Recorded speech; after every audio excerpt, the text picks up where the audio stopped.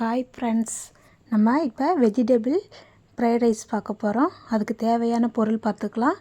முட்டைக்கோசு, வெங்காயம், பூண்டு, இஞ்சி, பீன்ஸு, குடமிளகாய், அதுக்கடுத்து ஒரு கேரட்டு கட் பண்ணி எல்லாத்தையும் நீட்டாக கட் பண்ணி வச்சுருக்கேன். அதுக்கடுத்து அடுப்பில் கடாயை வச்சிடலாம். கடாயை வச்சுட்டு அதில் ஆயில் சேர்த்துக்கலாம். ஆயில் சேர்த்துப்பட்டி அதில் பூண்டு கட் பண்ணி வச்சோம்ல, அந்த பூண்டையும் போட்டுக்கலாம். அதுக்கடுத்து இஞ்சி சேர்த்துக்கலாம். இஞ்சி சேர்த்துப்பட்டி லேசாக பொரியட்டும்.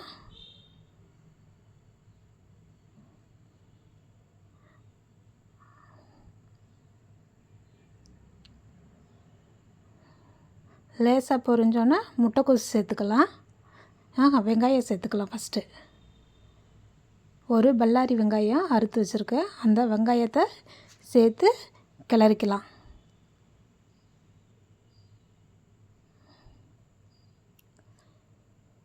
வெங்காயம் லேசாக வதங்கணுன்னா அதுக்கடுத்து கேரட் சேர்த்துக்கலாம்.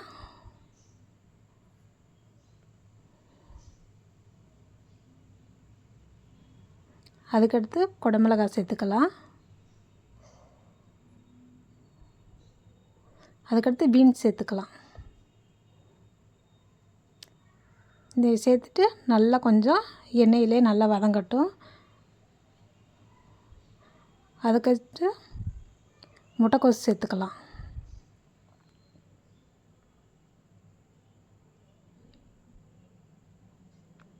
போட்டுட்டு நல்லா வதக்கி விட்டுக்கலாம்.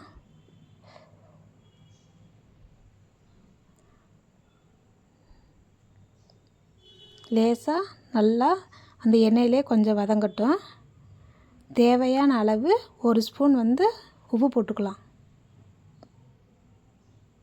உப்பு போட்டுட்டு கிளறி விட்டுக்கலாம்.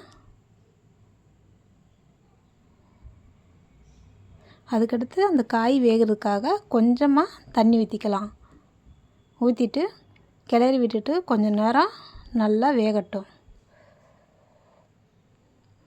வெந்து முடிஞ்சிடுச்சு. அதுக்கடுத்து சாதம் வடித்து வச்சுருந்தா அந்த சாதத்தை சேர்த்துக்கலாம்.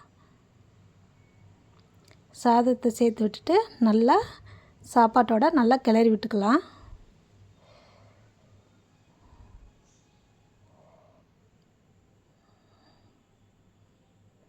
கிளறி வச்சு தேவையான சோயா சாக்ஸ் ஒரு ஸ்பூன் ஊற்றிக்கோங்க.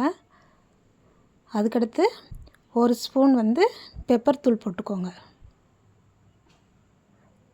போட்டுட்டு நல்லா மிக்ஸ் பண்ணிக்கலாம்.